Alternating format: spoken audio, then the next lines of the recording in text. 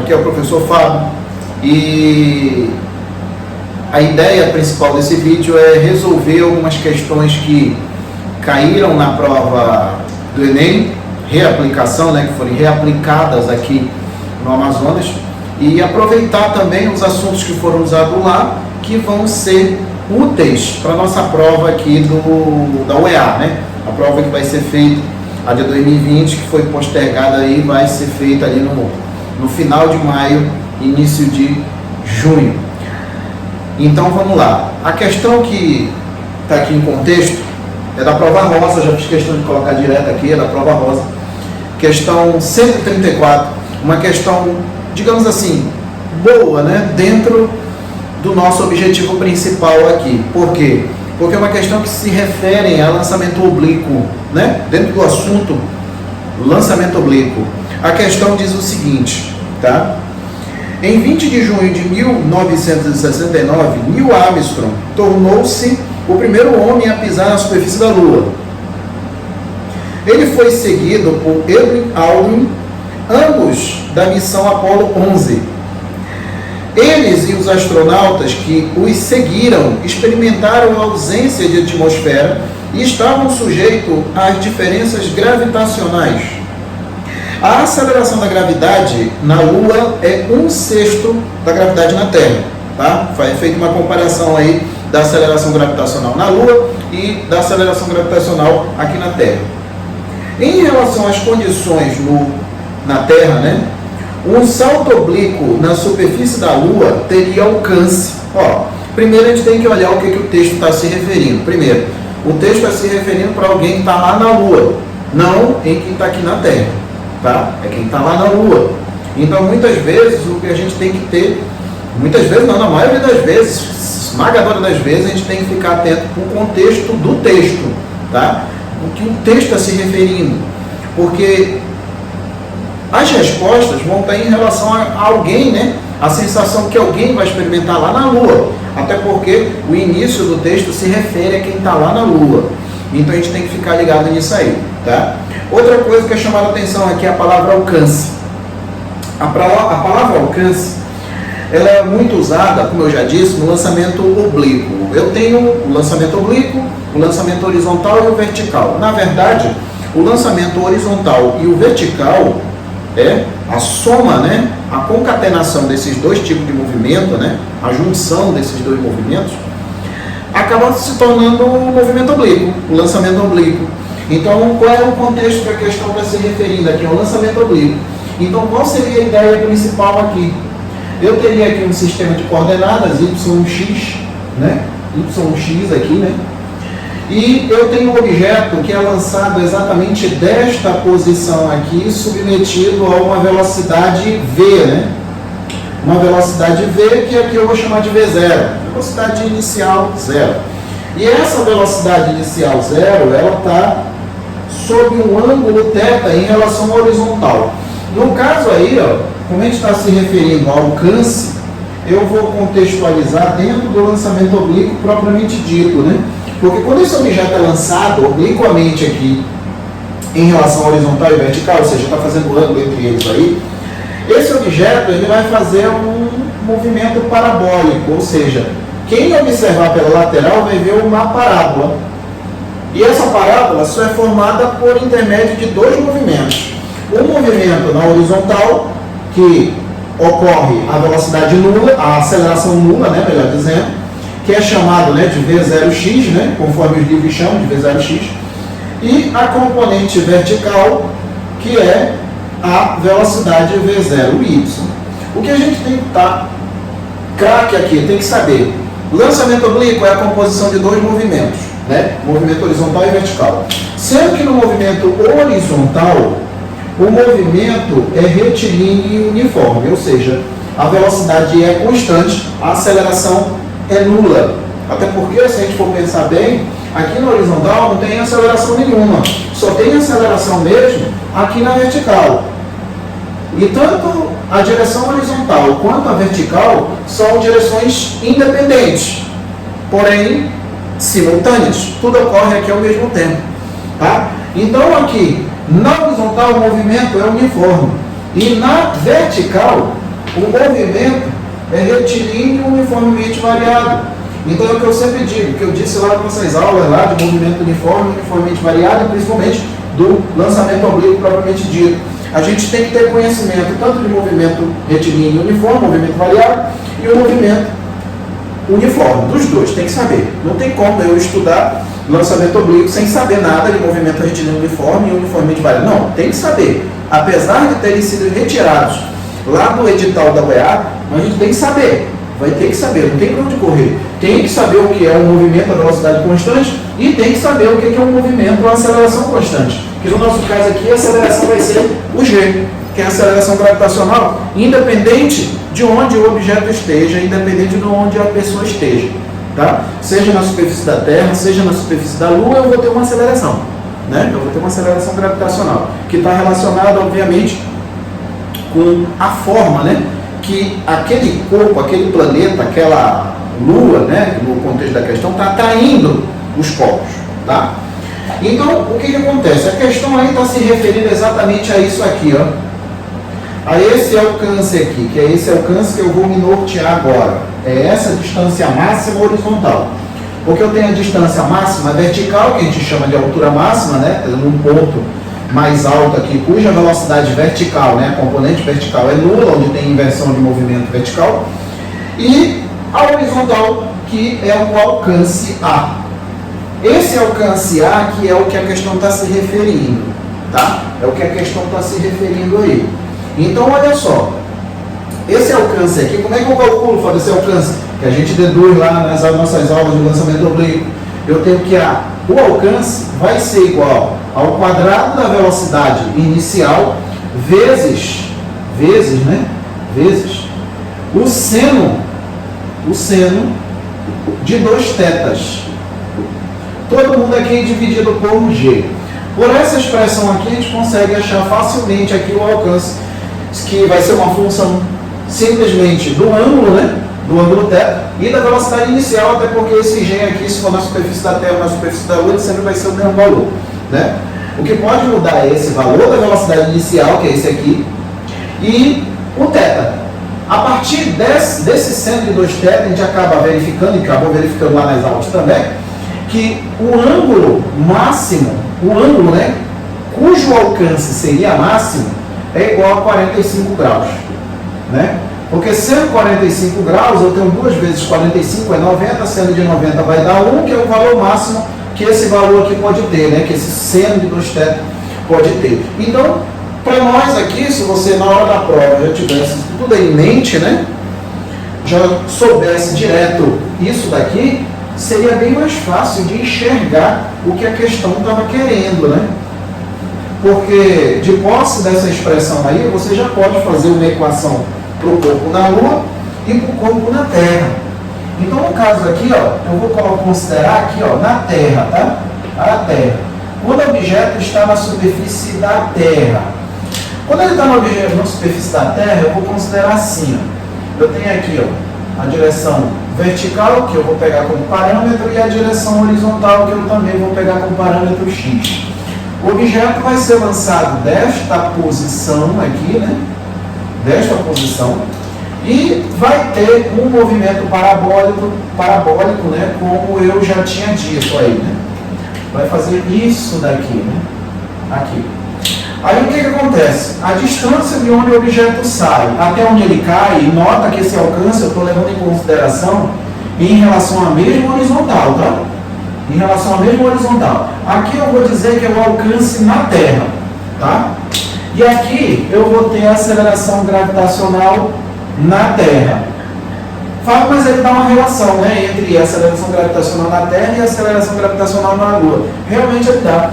Só que eu não vou usar isso aqui agora. Eu quero que você pense aqui no que está acontecendo. Para o contexto aqui da Terra, né? Para o contexto aqui da Terra, deixa eu separar isso aqui. Para o contexto aqui da Terra, vai ficar dessa forma. Eu tenho que o alcance na superfície da Terra vai ser igual à velocidade inicial ao quadrado, que é essa velocidade inicial aqui, vezes o seno de 2 tetas, né, dividido para G. Só que esse G é o G na Terra, tá? É o G na Terra, está desse jeito aqui, ó. Isso aqui eu vou chamar de 1, tá? Vou chamar de 1. E nota que essa situação toda que eu coloquei aí, ó, é simplesmente quando o objeto está na Terra. Agora vamos lá para a Lua. Indo lá para a Lua, vou colocar aqui, ó, na Lua. Para a Lua, eu vou ter o seguinte: eu vou ter o mesmo sistema de coordenadas, y, x, né? Aqui vai ser y, aqui vai ser x, né? O mesmo objeto, porque é uma comparação, né? Essa comparação é feita com a mesma velocidade inicial, com o mesmo ângulo aqui, né? Que é feito em relação à horizontal. A diferença é que o g vai ser diferente, que é justamente o que a questão dá aí. O ângulo continua sendo o mesmo, né? O ângulo continua sendo o mesmo, a velocidade inicial também o mesmo, e o alcance que vai ser diferente. Por que o alcance vai ser diferente? O alcance vai ser diferente simplesmente porque o G vai ser diferente. Isso daqui a gente já tinha que saber, né?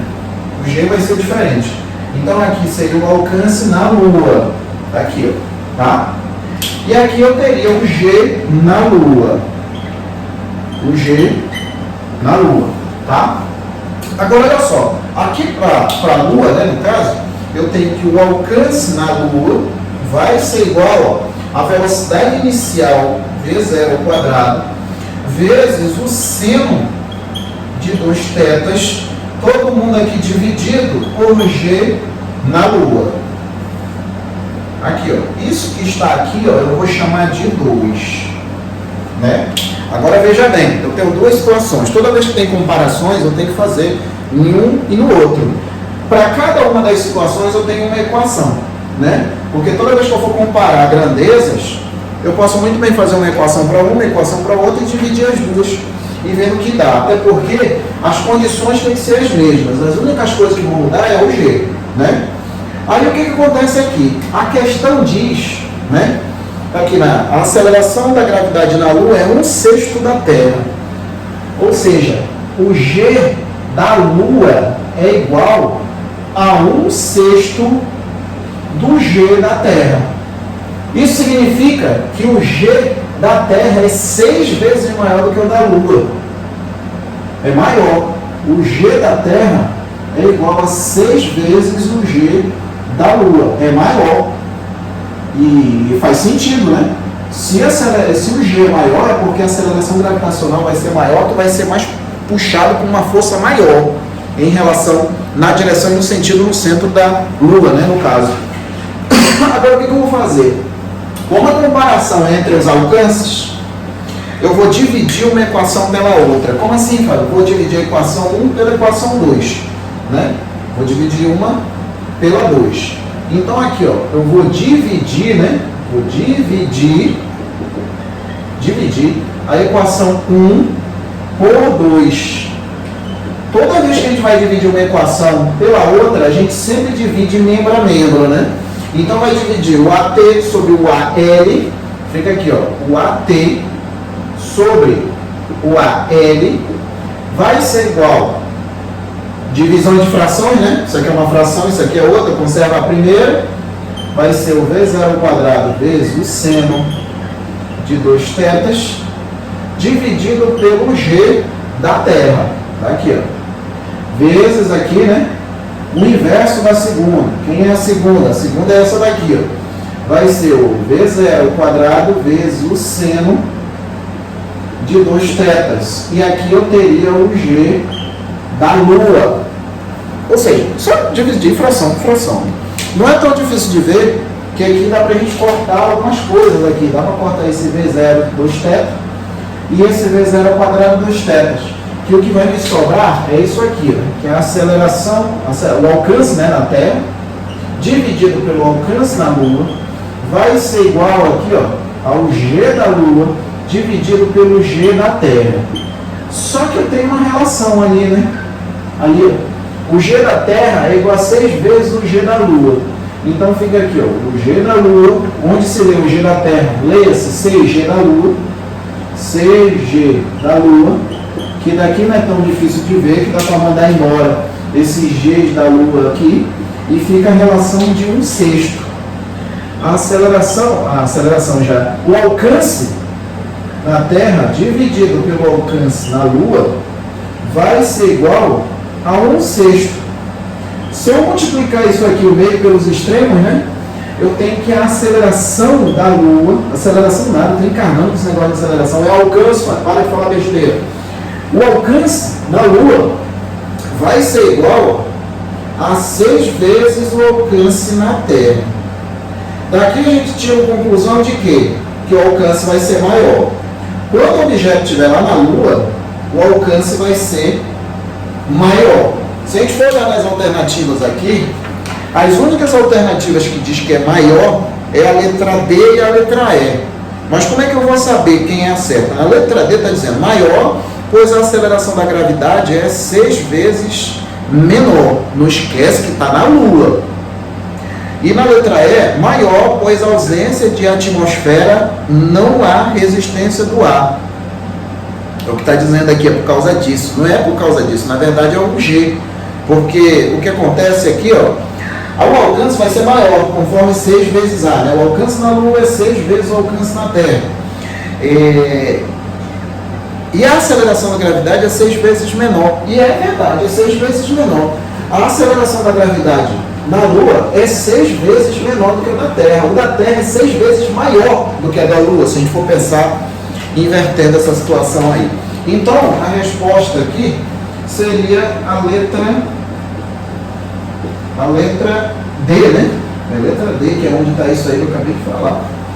É a letra D. É maior, pois a aceleração da gravidade é 6 vezes menor. Isso na Lua. A aceleração da gravidade na Lua é 6 vezes menor do que na Terra. Tá? Mas olha só, o camarada pode estar pensando, mas Fábio, eu vou ter tempo para fazer isso tudo de conta? Não, a gente não tem que estar preocupado com isso quando a gente está estudando, a gente tem que se preocupar isso lá na prova. Só que aí, para você pensar sem antes fazer esse monte de conta aqui, deixa eu sair da frente para o desenho ficar bem nítido aí, né? Ficar bem claro, né? Porque tem que aparecer o desenho, não eu. Então, o que acontece? Lá na hora da prova, como é que eu ia saber isso daqui? Bom, você já tem que saber, já teria que saber de cabeça. Essa expressão aqui, ó, o alcance. Não tem para onde correr. Para ser rápido, rápido mesmo, já teria que saber isso daqui. Tá? Ou, se você tem noção de física e não quer ficar decorando equações, porque de uma forma ou de outra acaba memorizando, mas se você não quiser ficar só decorando a equação, pode muito bem fazer o seguinte. Basta você lembrar o seguinte: como o G na Terra é maior do que o da Lua, significa que a Terra ela atrai com uma força maior. Se eu pegar um objeto de massa M e soltar na superfície da Terra, ele vai ser atraído com uma força maior, porque o G é maior, diferentemente na Lua. Como esse objeto ele vai ser atraído mais lentamente em relação ao centro da Lua, isso levando em consideração referencial Lua, ele vai demorar mais no ar. Ele vai levar menos tempo para cair. Porque enquanto eu jogo vamos supor que isso aqui é objeto, eu estou na superfície da Terra. Aí eu vou jogar o objeto, ele já faz isso aqui. Ó. Já no caso da Lua, não. Como a Lua atrai com uma força menor, porque o G é menor, ele vai demorar mais tempo. Ó. Ele vai passar bem mais tempo para cair. Como ele vai passar mais tempo para cair, então ele vai mais longe. Seria uma forma de pensar também. Se não quisesse pensar de maneira algébrica, poderia pensar de maneira intuitiva, que é o que normalmente eu tento fazer com que o aluno pense, noção intuitiva do assunto. A partir do momento que você tem uma noção intuitiva boa do assunto, você consegue entender a equação e com isso você memoriza a equação. Você não fica decorando, nem usando musiquinhas para ficar aqui na idiota decorando equações. Não é isso aqui não. Tá? Você primeiro entende o assunto, tenta fazer